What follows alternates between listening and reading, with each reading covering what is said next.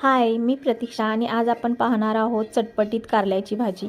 त्याच्यासाठी 3 कारली घेतलेत मी आणि ती कट करून घेऊन त्याच्यामध्ये हळद, मीठ टाकून अर्धा तास ठेवलेत. नंतर त्यातलं पाणी काढून घेतलं. जेवढी कारली होती तेवढेच कांदे घेतलेत. फोडणीसाठी तव्यामध्ये तेल ॲड करून जिरे, मोहरी, कढीपत्ता, हिंग टाकून कांदा आणि कारलं ॲड करून घेतले. त्यामध्ये कांदा आणि कारला एकसाथच ॲड करायचा आणि लसूण वरतून कट करून ॲड करायचा.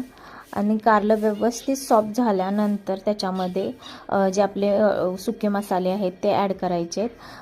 त्याच्यामध्ये लाल तिखट, चाट मसाला आणि धनापूड एवढंच ॲड केलं आहे. मीठ आपण ॲड केलेलं नाही आहे, कारण जेव्हा मगाशी आपण भिजत ठेवलं होतं कारलं तेव्हाच त्याच्यामध्ये मीठ ऑलरेडी आहे, नाहीतर जास्त खारट होईल. आणि एकदम भाजी तयार व्हायला 2च मिनिट असतील तेव्हा तुम्ही त्याच्यामध्ये शेंगदाण्याचं कूट आणि कोथिंबीर ॲड करा. यामध्ये कोणत्याही प्रकारचं पाणी ॲड करायचं नाही. तर झाली आपली